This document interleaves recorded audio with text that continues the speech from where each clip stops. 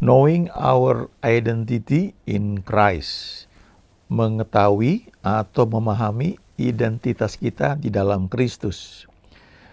Kita hidup di perjanjian baru, di mana apa yang menjadi tuntutan dari hukum Taurat itu dipenuhi, ya, dibayar oleh Tuhan Yesus di kayu salib 2000 tahun yang lalu. Alkitab berkata, Ia yang tidak mengenal dosa telah dibuatnya menjadi dosa supaya kita dibenarkan. Ya, kemudian juga dikatakan bahwa Ia menanggung segala penyakit kita, oleh bilur-bilurnya kita sudah sembuh. Lalu kutuk juga ditimpakan kepada Dia sehingga kita ini diberkati. Surat hutang dipakukan di kayu salib, ya, sehingga kita ini diberkati, dimerdekakan. Nah, setidaknya ada 5 hal yang saya pikir paling mendasar perlu kita pahami siapa kita di dalam Kristus. Ya. Yang pertama itu adalah ciptaan baru. Who am I? Ya, in Christ Jesus. Siapakah saya di dalam Kristus Yesus? 2 Korintus 5:17 berkata, jadi siapa yang ada di dalam Kristus, ia adalah ciptaan baru. Yang lama sudah berlalu, sesungguhnya yang baru sudah datang. If anyone is in Christ, he is a new creation. Yang menjadi ciptaan baru itu yang mana? Di surat Tesalonika dikatakan manusia itu roh, jiwa, dan tubuh. Waktu kita terima Tuhan Yesus, roh kita ini yang menjadi ciptaan baru. Roh kita yang tadinya mati di hadapan Tuhan, terpisah dari Tuhan. Kita menjadi ciptaan baru, roh ini menjadi roh yang penurut.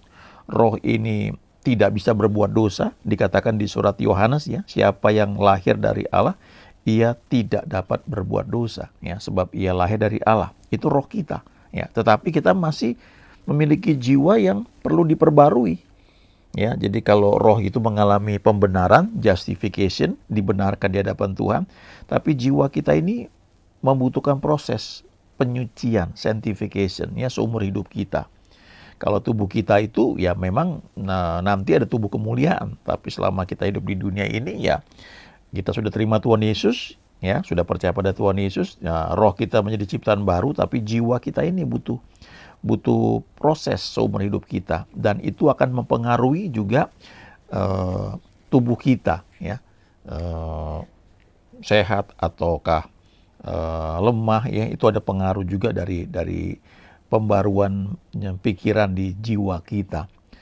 Nah, pada waktu kita terima Tuhan Yesus, kita menjadi ciptaan baru, kita perlu sadar akan hal ini, ya.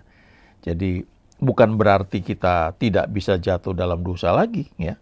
Karena kita kan masih memiliki jiwa. Jiwa ini butuh proses. Tetapi roh kita itu di hadapan Tuhan adalah roh yang sempurna, ya, roh yang ciptaan baru yang tidak bisa berbuat dosa, roh yang penurut. Dan selanjutnya tugas kita adalah mengizinkan Tuhan memperbarui pikiran kita sehingga jiwa kita ini semakin lama semakin menyerupai apa yang Tuhan inginkan, ya, menyerupai Kristus, ya, sikap kita, reaksi kita, cara berpikir kita, sistem emosi kita, ya, yang membuat kita mungkin awalnya gampang marah, gampang tersinggung. Nah, itu butuh proses, ya, lewat pembaruan pikiran, ya, sehingga kita itu bisa berubah, ya, dalam pikiran, kemudian emosi, dan akhirnya kehendak kita pun juga makin selaras dengan kehendak Tuhan. Itu yang pertama, ya. Identitas kita adalah ciptaan baru. Yang kedua, kita yang terima Tuhan Yesus, kita itu menjadi anak-anak Allah. Yohanes 1 ayat 12 mengatakan, tetapi semua orang yang menerimanya diberinya kuasa atau otoritas supaya menjadi anak-anak Allah. Jadi identitas kedua yang perlu kita ingat, ya, who am I in Christ Jesus? Aku adalah anak Allah, ya. Dalam Kristus aku diterima sepenuhnya. Tuhan berfirman, aku diberi hak menjadi anak Allah. Jadi kalau kita merenungkan ini saja, bahwa kita adalah anak-anak Allah, ya, anak-anak dari pencipta alam semesta ini, maka itu sudah banyak sekali merubah cara berpikir kita, sikap kita, ya. Kita semakin mudah memahami kasih Tuhan, karena Tuhan Yesus berkata di Matius 7, ya, Bapa manakah di antara kamu kalau anaknya minta roti, minta ikan, ya, maka memberikan ular atau kalajengking atau batu? Kan nggak seperti itu. Jadi kalau kamu yang jahat saja di dunia ini tahu memberi apa yang baik bagi anak-anakmu, apalagi Bapamu yang di surga. Jadi kesadaran bahwa kita ini anak-anak Allah itu juga harus semakin kuat ya, bertumbuh dalam hidup kita. Kita adalah ciptaan baru, sadari hal itu. Yang kedua, kita perlu sadar bahwa kita adalah anak-anak Allah. Ya. Dan memang bagi sebagian orang ya, karena masa kecil yang mungkin kurang mendapatkan figur ayah atau figur ibu ya, atau figur orang tua yang memang baik, kadang-kadang mungkin sulit ya. Tapi sejahat-jahatnya orang tua ya, orang tua yang wajar, dia pasti akan membela anaknya, melindungi anaknya. Saya pernah lihat video seekor anjing yang dia berusaha melindungi anaknya, anak anjingnya. Ketika anak anjing ini rupanya tinggal di rumah ya, tapi dia menggigit kabel sehingga kabel itu jadi rusak. Lalu si majikannya itu marahin ya, pakai sendal ya. Anjingnya diem saja, yang kecil tuh diem persis kayak manusia. Waktu ketika mau dipukul pakai sendal, itu induk anjingnya yang menghalangi. Ya. Itu naluri hewan dia seperti itu. Saya pernah lihat video juga ketika seekor anak kijang ya, dia nyebrang sungai, tiba-tiba ada buaya ya mau kejar gitu. Kemudian induknya langsung nyemplung ke sungai itu berusaha menghalangi ya supaya anaknya itu bisa lolos, tidak jadi dimakan oleh buaya. Dan memang ya, anaknya bisa lari dengan selamat, tapi ibunya yang kemudian jadi santapan buaya. Itu naluri hewan aja seperti itu, ya. Dia mau mengorbankan dirinya untuk anaknya, ya. Apalagi ya manusia, apalagi Bapa kita yang di surga, ya. Jadi kesadaran bahwa kita anak-anak Allah itu sangat penting, perlu kita ingat. Salah satu identitas kita di dalam Kristus. Yang ketiga, ya, di Yohanes 15 ayat 14 dan 15, Yesus berkata, "Kamu adalah sahabatku. You are my friend," ya. "Jikalau kamu berbuat apa yang kuperintahkan kepadamu. Aku tidak menyebut kamu lagi hamba, sebab hamba tidak tahu apa yang diperbuat oleh tuannya.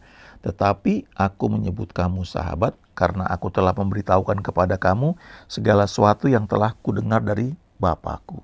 Ini perkataan Yesus kepada murid-muridnya. Ya. Coba kita renungkan ya. Who am I in Christ Jesus? Ya.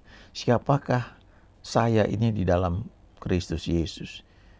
Ternyata dikatakan kita juga menjadi sahabat dari Yesus ya. Dulu ada lagu yang cukup bagus ya, judulnya Yesus Sahabatku ya. Pernah renungkan itu nggak ya, bahwa sebagai sahabat itu banyak hal-hal istimewa yang tersedia bagi kita. Ada privilege ya, ada favor yang tidak dimiliki oleh orang lain. Tetapi coba perhatikan Yohanes 15 ini ya, ayat 14 khususnya ya. "Kamu adalah sahabatku jikalau kamu berbuat apa yang kuperintahkan kepadamu." Lalu ayat 15, "Aku tidak menyebut kamu lagi hamba, tetapi aku menyebut kamu sahabat, karena aku sudah memberitahukan kepadamu segala sesuatu yang telah kudengar dari Bapakku." Jadi artinya Yesus sendiri tuh memanggil kita sahabat, tetapi ada bagian dari kita yang perlu kita lakukan sebagai konfirmasi bahwa kita memang adalah sahabatnya, yaitu kita berbuat atau kita melakukan apa yang dia perintahkan kepada kita. Artinya ya kita punya hubungan pribadi dengan Tuhan. Kita membangun relationship ya, karena kekristenan itu adalah soal hubungan kita dengan Tuhan. Jadi waktu kita membangun hubungan kita dengan Tuhan, kita membaca firman-Nya, merenungkan, kita berdoa, naikkan pujian penyembahan, hati kita ini makin sensitif terhadap tuntunan Tuhan. Kita akan makin mengerti dia mau apa dalam hidup kita. Ada yang secara umum, ya kita tahu perintah secara umum mengasihi Tuhan Allah kita dengan segenap hati, segenap jiwa, segenap kekuatan, lalu mengasihi sesama, ya. Lalu perintah-perintah yang sifatnya umum, tapi juga ada perintah-perintah yang sifatnya spesifik.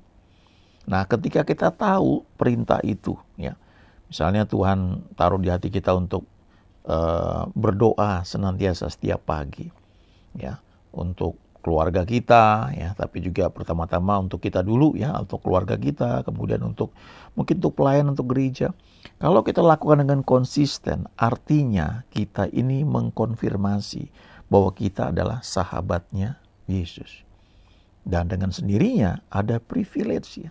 Ada hal-hal yang dia sediakan yang orang lain mungkin dengan susah payah untuk mencarinya, bahkan gak dapat. Kita tuh datang sendiri kesempatan itu. Kadang-kadang hal yang sepele, ya.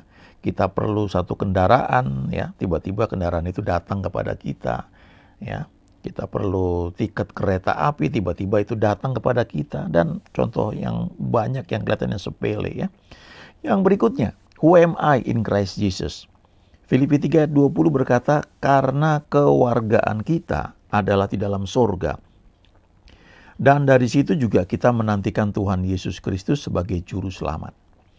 Nah, dalam bahasa Inggrisnya, dalam beberapa terjemahan, ya, diantaranya terjemahan dari ESV, English Standard Version, but our citizenship is in heaven. Ya. Jadi artinya kewarganegaraan kita itu adalah di surga, ya.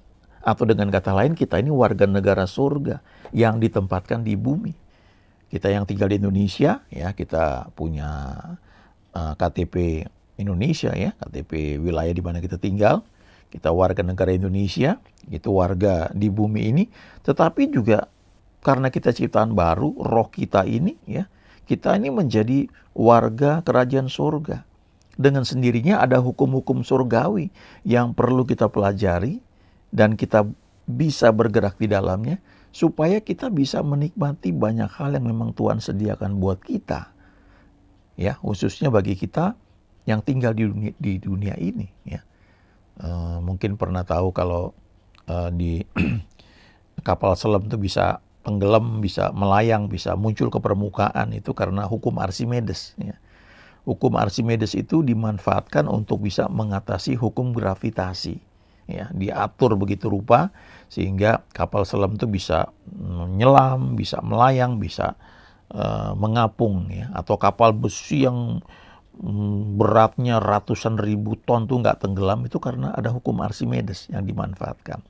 Sama juga dengan pesawat terbang, ya, bisa mengatasi hukum gravitasi karena ada hukum Bernoulli, ya, hukum gaya angkat yang ditemukan kemudian diterapkan sehingga dengan hukum itu walaupun pesawat isinya 400 orang, ya, beratnya waduh yang nggak tahu berapa berat itu, ya, bisa terbang dengan kecepatan hampir 1000 km per jam, ya. Itu luar biasa sekali, ya. Salah satu hukum yang dipakai adalah hukum Bernoulli, ya, untuk mengatasi gaya tarik gravitasi itu, ya, kayak gravitasi di bumi. Hal yang sama juga, kita ini hidup di dunia, ada banyak hukum-hukum dunia yang mengontrol kita. Nah, kalau kita belajar hukum-hukum surgawi, kita sebagai warga kerajaan surga itu kita bisa menikmati, ya, favor dibedakan daripada yang lain.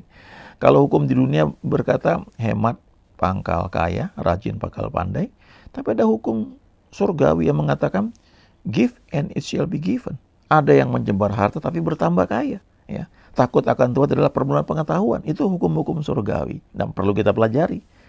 Lalu yang kelima, nah ini khususnya bagi kita yang melayani, ya. Who am I in Christ Jesus? We are ambassadors for Christ, ya. Di 2 Korintus 5 ayat 20 dikatakan, jadi kami ini adalah utusan-utusan Kristus, ya. Bahasa Inggrisnya ambassadors for Christ. Seakan-akan Allah menasihati kamu dengan perantaran kami. Dalam nama Kristus kami meminta kepadamu, berilah dirimu didamaikan dengan Allah. Jadi ini bicara tentang pelayanan. Kita nggak harus full time, nggak harus jadi pendeta, ya, tetapi dimanapun kita berada kita bisa menjadi terang, ya, bisa menceritakan kasih Tuhan, kuasa Tuhan, ya, lewat hidup kita, ya, tidak selalu lewat perkataan. Tapi lewat hidup kita orang mungkin akan bertanya. Kemudian ada orang yang mungkin minta didoakan, ya, orang yang ingin diberi nasihat. Nah, Kita bisa mengizinkan Roh Kudus bekerja dalam hidup kita supaya kabar baik itu sampai kepada banyak orang, ya. Dan nanti biar Tuhan yang bekerja, ya, lewat banyak cara. Tetapi kita ini menjadi duta, ya, utusan-utusan Kristus, ambassadors for Christ. Bahasa Indonesianya kalau ambasador kan duta besar, ya. Duta besar artinya dia bukan hanya warga negara asing yang ditempatkan di satu negara, tapi dia punya otoritas, ya. Dia perwakilan dari negara yang menempatkannya, dan dia punya kekebalan diplomatik. Ya, sekian tahun yang lalu ada beberapa staf kedutaan di Indonesia ini dari negara asing yang ketangkap karena melakukan kegiatan mata-mata. Ya. Mereka dipulangkan ke negara asalnya, ya, nggak bisa ditangkap begitu aja. Ya. Ya, ada hukum kekebalan diplomatiknya, ya, begitu rupa. Ya. Ada aturan-aturannya lah, ya.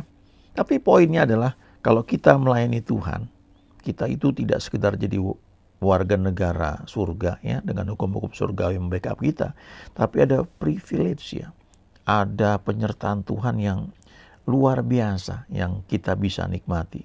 Tentunya kita kalau sebagai duta, ya, kita harus tahu dong, ya, tugas kita apa, kita diperintahkan apa. Kita nggak bisa hidup semaunya, ya. Wah, Tuhan memberkati aku jalan-jalan, aku kemana-mana semau aku, nggak bisa seperti itu. Kita tidak bisa seperti anak yang hilang, ya.